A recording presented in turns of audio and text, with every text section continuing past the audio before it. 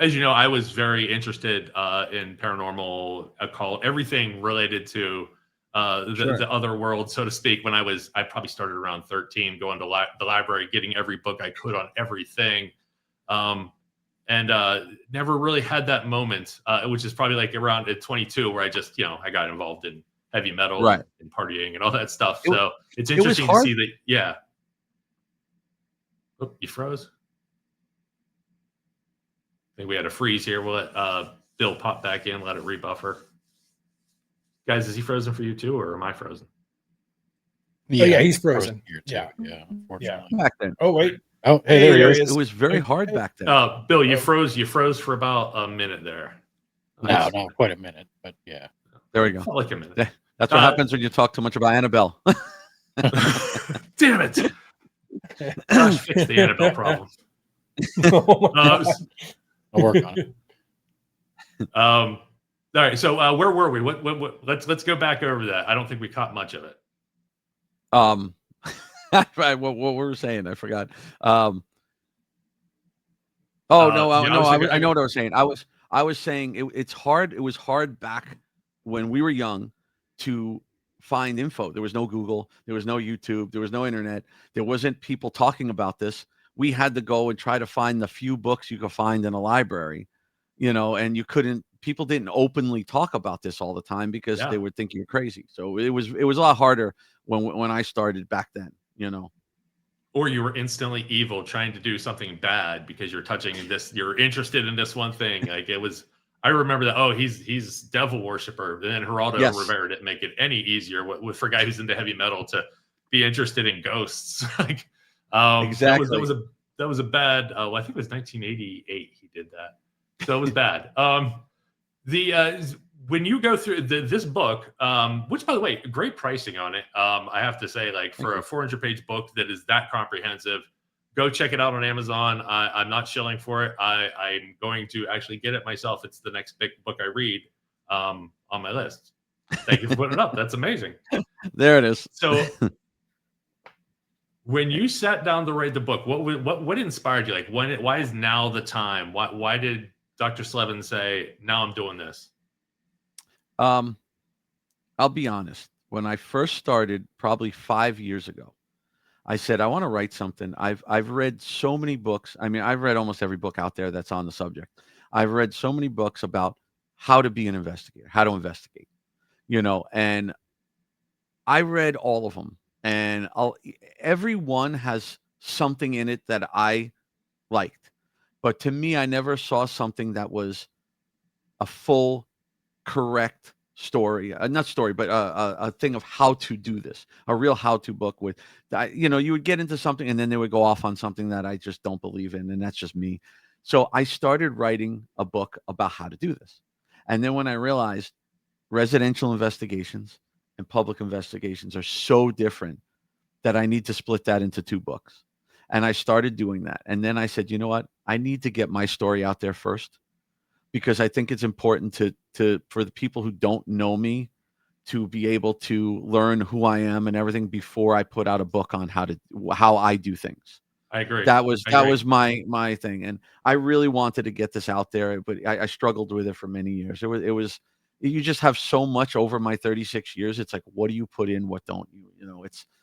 It's tough. And I was never a writer before, so I didn't know, like, am I putting this together right? Am I going to make everybody fall asleep? But so far, the reviews I've had from people have been just amazing. I've been, I've been overwhelmed by it.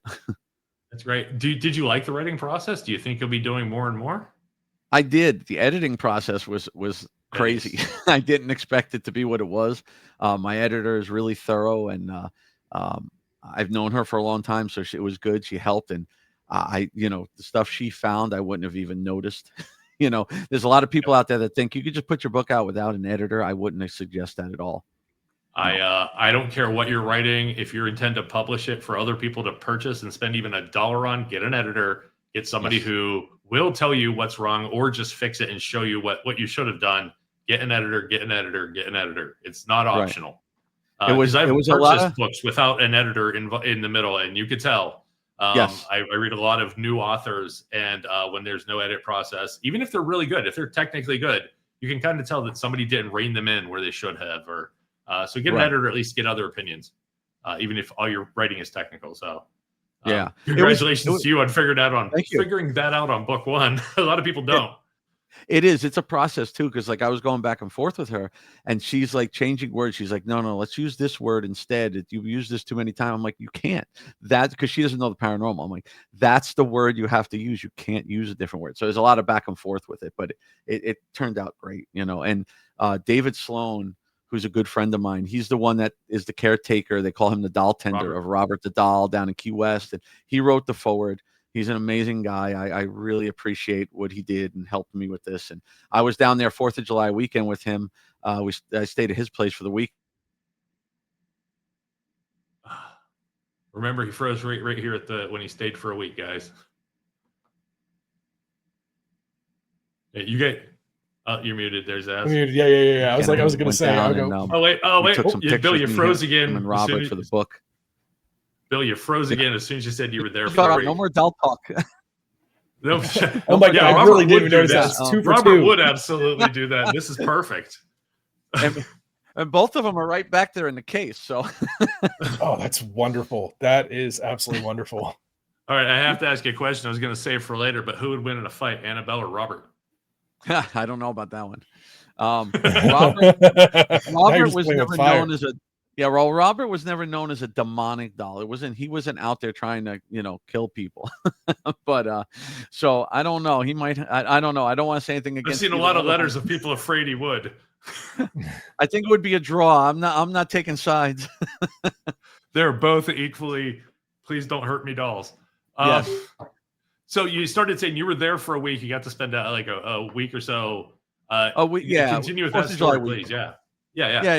I spent 4th of July weekend down with David at his house, and we went out and we took some pictures with Robert, to put in the book. And David's just a great guy. He's been always very supportive. I love everything he does down there, and it's just always fun going down to see him.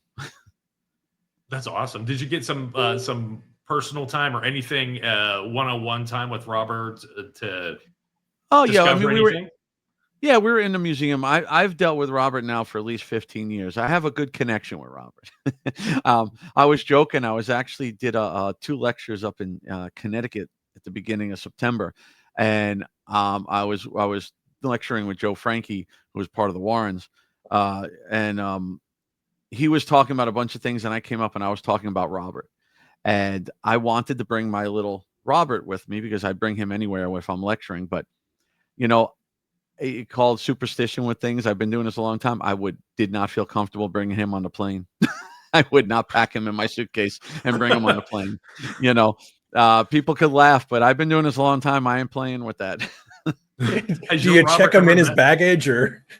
Yeah, I'm not putting him in my suitcase. No, I wouldn't. No. Has your Robert ever been near the real Robert? Yes. Well, no. Well, I bought him from the museum, so he was in the museum originally. But I do have another one that David sent me one year, and it's Robert dressed as like an elf on the shelf. It's a Christmas Robert, and it comes with a card that shows a picture of him on top of Robert's case, and it says, "I spent the night with Robert," and it has the date, so that he was spent overnight on top of the case with him. Just playing with fire. I love it. Live dangerously. Let's just do this and see what happens. Hey, that's what October's for. Let's talk about this. Zaz, you had a question that you wanted to ask. Do you want to ask it, or do you want me to? Well, you can. It doesn't really matter. It just kind of goes back to a previous on our last discussion about do's and don'ts or things, misconceptions, right?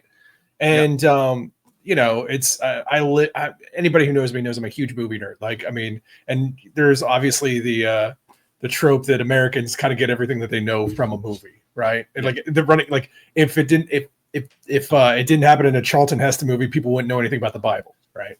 So with that said, it's kind of like along the lines of like, what trope annoys you when you see movies like, oh, would you please stop doing that? People are going to start thinking that's a thing.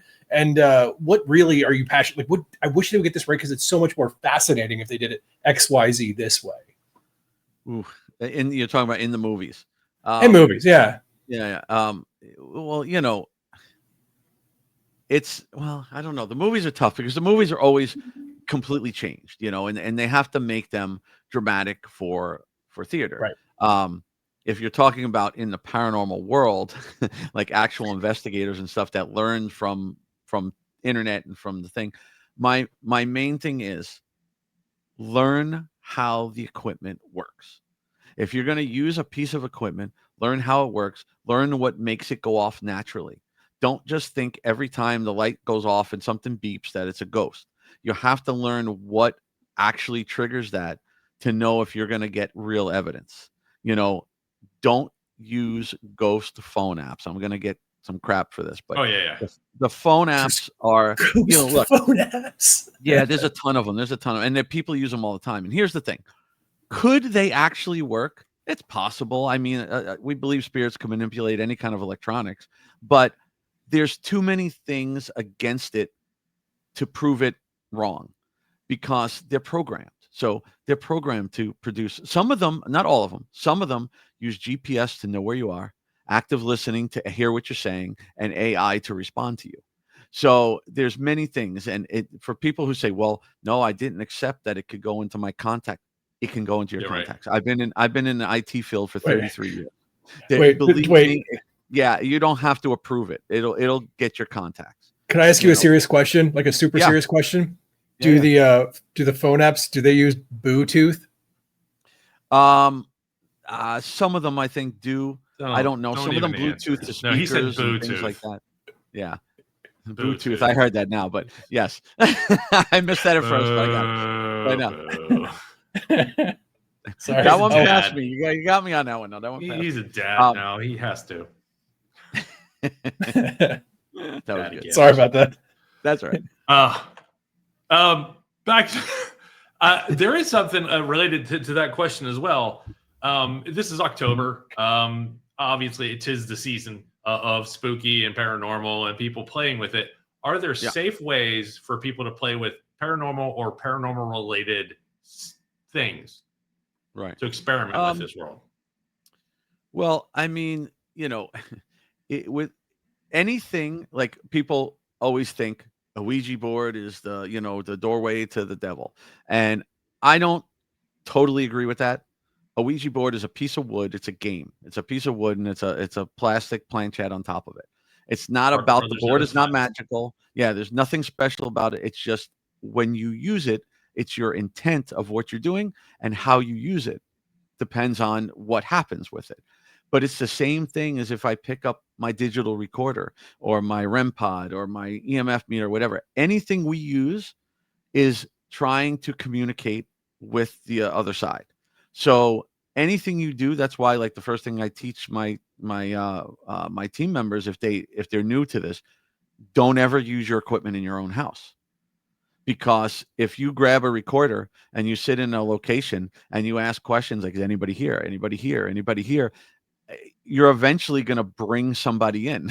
It doesn't mean the place has to be haunted, but you're putting it out there to the world there, to asking them a question. So yeah, I would say the same thing. Learn what you're playing with, understand how to use it, know what to do, what not to do, as far as going out, if you're into this and you want to, go out and investigate, go on a ghost tour, go on a ghost hunt, find maybe a local team in your area that'll bring you on an investigation. Don't go to people's homes. That should be reserved to people who really know what they're doing. But, abandoned locations, I'm not supposed to, promote that, but there's a lot of things that can happen to you. There's environmental problems. There's the cops. There's a lot of things that can happen if you go into an abandoned location. Just be cautious if you do. That's all I'm going to say. What would be a good way to approach these teams, like to show that you're serious, to respect them and their time? What are good ways to approach local teams that you might want to join? That would increase the yes. Find their website. Try to reach out to them and just say, hey, I've been doing it this long. I'm interested in learning. Is there any way I could come along on an investigation, or can I, even if I could join the team or anything like that to learn a little bit. Don't say, hey, I just bought a recorder and I've been watching Ghost Adventures for 3 years and I know what I'm doing. always ask and say that you want to learn. It's about, teams will be more, in my opinion, real teams will be more intrigued with you if they can see that you're willing to learn and you want to know what you're doing and how you're doing it, and not just, going out there and trying to start a YouTube channel. Yeah. Without naming names or causing any bad blood, are there red flags that people should be aware of when looking at teams to possibly join up with or go on a hunt with? I mean, that's subjective. I would say do the research on the team, see how long they've been doing it. If you're in my opinion, if you're really interested in this and you really want to like help people like we do in people's homes, I would say look and make sure at least one person on the team has been doing this since before the TV show started. Because if you have somebody that more like me, that's more old school, we learned a different way, and we learned, I don't want to say the right way, but we learned a different way. We learned in a way where we had to earn what we were doing, and we had to really learn things and not just, watch a TV show and say, okay, they did this, let's go do it. Yeah. So that's just my opinion. And in a TV show, there's instant gratification because of editing. Hey, we're going to go here. Ooh, something scary happened. Ooh, we caught this on tape. Versus how many hours have you spent in a house bored off your ass? Well, that's the thing. I won't name names, but I can tell you one show I know of specifically that takes 26 days to film an episode. So now that doesn't mean it's 26 days investigating. They're doing other stuff too, but there's a lot of days investigating. So they put that together for the 45 minutes, and you're seeing all the best moments of what happened.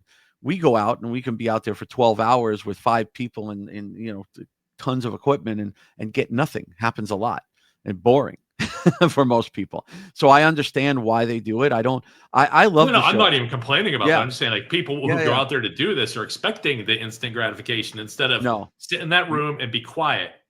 You need patience. You need a lot of patience because you're not going to go and instantly get something. You may go, it could take you many times before you actually capture something that could be something real. It's harder than people think. It is.